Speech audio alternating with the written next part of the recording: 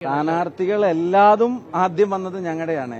ഞങ്ങളുടെ മണിക്കൂറും കണക്കൊക്കെ ചോദിച്ചുകൊണ്ടിരുന്ന ആളുകൾ ഞങ്ങളുടെ സ്ഥാനാർത്ഥി എവിടെയെന്നൊക്കെ പറഞ്ഞിട്ട് കട്ട വെയിറ്റിംഗ് എന്നൊക്കെ പോസ്റ്റിട്ട ആളുകളുടെ പല മണ്ഡലങ്ങളിലെയും സ്ഥാനാർത്ഥികൾ വരാൻ പിന്നെ ഞങ്ങൾ വെയിറ്റ് ചെയ്യേണ്ടി വന്നു.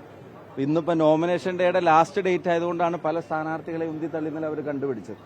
അപ്പോൾ UDFന്റെ കോൺഗ്രസിന്റെ സ്ഥാനാർത്ഥി പട്ടിക കുറച്ച് മണിക്കൂറുകൾ വൈകിയപ്പോൾ അതെന്തോ വലിയ സംഭവമാണെന്ന് പ്രചരിപ്പിച്ചിരുന്ന ആളുകൾ അവസാനം അവരവരുടെ പട്ടിക ഫൈനലൈസ് ചെയ്യാൻ കേരളത്തിൽ 140 മണ്ഡലങ്ങളിലും സ്ഥാനാർത്ഥി ആദ്യം പ്രഖ്യാപിച്ച മുന്നണി ഐക്യ ജനാധിപത്യ മുന്നണിയാണ്. പാലക്കാട് മണ്ഡലത്തിലെ BJP CPM ബന്ധമാണെന്ന് സതീശൻ ആരോപിച്ചിട്ടുണ്ട്.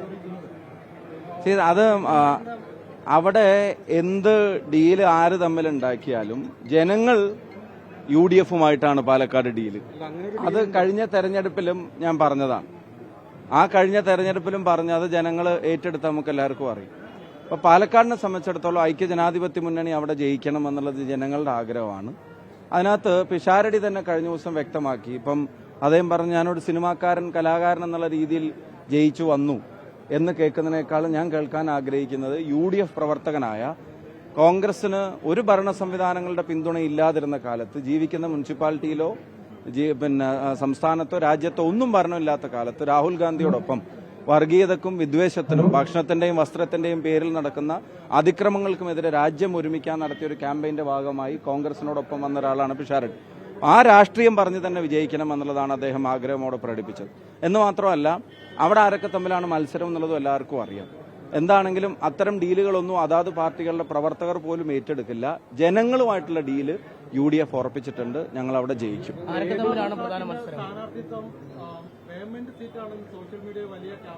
ആരുടെ അല്ല, ഞാൻ ഒരു സ്ഥാനാർത്ഥിയെയും ആ തരത്തിലുള്ള വർത്തമാനത്തിനൊന്നും ഞാൻ പറയാൻ നിൽക്കുന്നില്ല. പക്ഷെ അവിടെ പാലക്കാട്ടെ ചിത്രം വളരെ ക്ലിയറാണ്.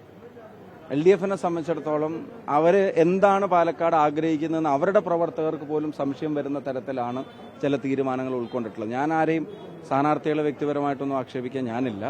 ഞാൻ തുടക്കത്തിൽ പറഞ്ഞതിനെ ആവർത്തിക്കുന്നു. അവിടെ UDF ജയിക്കും. UDFന് അവിടെ ജയിക്കേണ്ടതിന്റെ ആവശ്യകത എന്താണെന്ന് കേരളത്തിലെ ജനങ്ങൾക്കറിയാം, പാലക്കാട്ടെ ജനങ്ങൾക്കറിയാം. ആ കാര്യങ്ങളുമായിട്ട് ഞങ്ങൾ മുന്നോട്ട് പോകുന്ന കാര്യത്തിനോട് സംശയം വേണം. ഞങ്ങളുടെ വർക്കേഴ്സ് ഫീൽഡിൽ ഇറങ്ങിക്കഴിഞ്ഞു.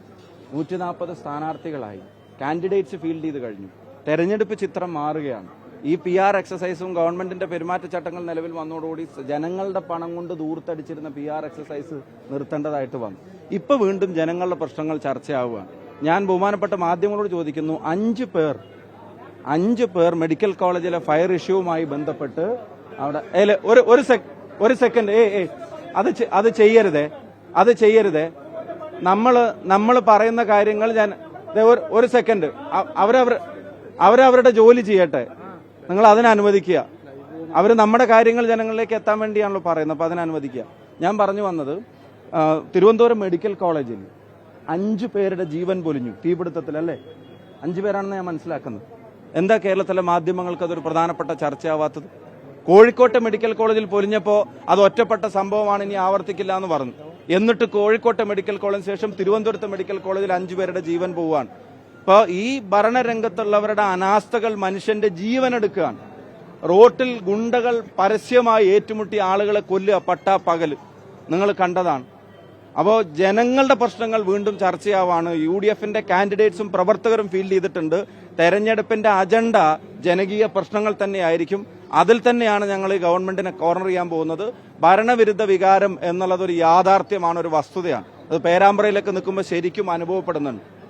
തീർച്ചയായിട്ടും അത് ഈ തെരഞ്ഞെടുപ്പിലെ ഒരു പ്രധാനപ്പെട്ട ഘടകം തന്നെയായിരിക്കും. പ്രധാനമായിട്ടും ഇപ്പം ഇന്നലെ INLന്റെ അഹമ്മദ് ദേവർഗോവിൽ ഉന്നയിച്ച പ്രധാനപ്പെട്ട ആരോപണം ഇവിടുത്തെ സ്ഥാനാർത്ഥി ഫാത്തിമ തഹ്ലിയെ ഒരു നോമിനിയായിട്ട്, അതായത് ജമാഅത്ത് ഇസ്ലാമിയുടെ നോമിനിയായിട്ടാണ് ഇവിടേക്ക് എത്തിയിറക്കിയത് എന്നുള്ളതാണ്. എന്താണ് ആ വിഷയത്തിലുള്ള ഒരു മറുപടി? കാരണം ഫാത്തിമ തഹ്ലിയ വനിതാ ലീഗിന്റെ ഒരു ആളല്ല. വനിതാ ലീഗിൽ നിന്ന് വലിയ എതിർപ്പ് നിലനിൽക്കുന്നു. പക്ഷേ അപ്പോഴും ഫാത്തിമ തഹ്ലിയെ ഇവിടേക്ക് കൊണ്ടുവരുന്നു. പ്രത്യേകിച്ച് കോർപ്പറേഷൻ കൌൺസിൽ തെരഞ്ഞെടുപ്പ് കഴിഞ്ഞ് ഒരു വെറും 2 മാസമേ ആകുന്നുള്ളൂ. അതിനിടയിൽ ഫാത്തിമ തഹ്ലിയെ അങ്ങോട്ട് കൊണ്ടുവന്നതിന് പിന്നിൽ മറ്റു ചില ഉദ്ദേശ ലക്ഷ്യങ്ങളുണ്ട്. അല്ല, ഞാൻ ചോദിക്കുന്നത് ആ ഒരു ഒറ്റ സ്റ്റേറ്റ്മെന്റ് പോരെ, മറ്റൊന്നും ജനങ്ങളോട് ഇവർക്ക് പറയാനില്ല എന്നുള്ളത് മനസ്സിലാക്കാൻ.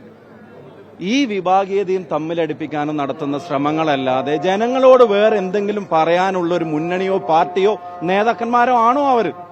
എന്തൊരു പ്രസ്താവനയാണ്. ഒരു പുതുമുഖ സ്ഥാനാർത്ഥി താഴെത്തട്ടിൽ സംഘടനാ പ്രവർത്തനം നടന്നു വന്ന് MSFന്റെ, ഹരിതയുടെ, യൂത്ത് ലീഗിന്റെ ദേശീയ സെക്രട്ടറി ആയിട്ട് പ്രവർത്തിക്കുന്ന ഒരാള് MSFന്റെ സംസ്ഥാന കമ്മിറ്റിയിൽ പ്രവർത്തിച്ചിട്ടുള്ള ഒരാൾ, കോർപ്പറേഷൻ കൗൺസിലറായി ജനങ്ങൾ വോട്ട് ചെയ്ത് ജയിപ്പിച്ച ഒരാളെ സംബന്ധിച്ച് ഇങ്ങനെ വിളിച്ചു പറയാൻ അവർ ഗതികേടാണത്. CPIMന്റെ LDFന്റെയും ഗതികേടാണ് ഇങ്ങനെ വിഭാഗീയ അജണ്ടകളും വെച്ചിട്ട് രംഗത്തിറങ്ങുന്നത്. അതൊക്കെ പേരാമ്പ്രയിലെ ജനങ്ങൾ ഒറ്റക്കെട്ടായിട്ട് അതിനെ തള്ളിക്കളയും. ഒരു കാര്യം ഞാൻ പറഞ്ഞത് ഉറപ്പാണ്, മറ്റൊന്നും പറയാനില്ലാത്തവരുടെ വിലാപമാണത്. ഈ മമ്മൂട്ടി ഇന്നലെ വീഡിയോ കോളിൽ രമേശിന് പിഷാരടിക്ക് പിന്തുണ കൊടുക്കുന്നു. ആസിഫ് അലി പറയുന്നു പ്രചാരണത്തിനായി വേണമെങ്കിൽ എത്താമെന്ന് പറയുന്നു. ഇത് ഈ രമേശ് പിഷാരടി എന്ന സിനിമാ നടന് മാത്രം ലഭിക്കുന്ന പിന്തുണയാണോ, അതോ UDFനോടൊരു പിന്തുണ ഇൻഡയറക്റ്റ് ആയാലും ഈ കേന്ദ്രങ്ങളിലൊക്കെ വരുന്നുണ്ടോ? അതിനകത്ത് ആദ്യം അദ്ദേഹം പറഞ്ഞ മറുപടിയാണ് എനിക്ക് ഏറ്റവും ഇഷ്ടപ്പെട്ടത്. രമേശ് പിഷാരടി പറഞ്ഞ മറുപടി നിങ്ങൾ കേട്ടതാണ്. അപ്പൊ അവരെയൊക്കെ വിളിച്ചു കൊണ്ടുവരുമോ എന്ന് ചോദിച്ചപ്പോൾ അദ്ദേഹം പറഞ്ഞത്, ഞാനൊരു സിനിമാ നടനായതിന്റെ പേരിലോ അല്ലെങ്കിൽ സിനിമാ നടന്മാർ പ്രചരണം ചെയ്തതിന്റെ പേരിലോ ജയിച്ചു എന്ന് കേൾക്കാനല്ല ഞാൻ ആഗ്രഹിക്കുന്നത്. എന്റെ രാഷ്ട്രീയം ഇവിടെ ജയിക്കണമെന്നാണ് ഞാൻ ആഗ്രഹിക്കുന്നത്. അദ്ദേഹം തന്നെ മറുപടി പറഞ്ഞത്. ഒന്ന്. രണ്ട്, ആസിഫ് അലിയൊക്കെ പറഞ്ഞതിൽ അഭിപ്രായ സ്വാതന്ത്ര്യം അനുവദിക്കുന്ന ഒരു സർക്കാർ സംവിധാനം ഇവിടെ അധികാരത്തിൽ വരണം. അതൊരു പൊളിറ്റിക്കൽ സ്റ്റേറ്റ്മെന്റ് ആണ്. അദ്ദേഹത്തിന്റെ ബാക്ക്ഗ്രൗണ്ട് എന്ന് പറയുന്നത് അങ്ങനെ ഒരു ഭയങ്കര പ്രോ കോൺഗ്രസ് അല്ലെങ്കിൽ പ്രോ UDF സ്റ്റേറ്റ്മെന്റ് ഒന്നും അല്ല.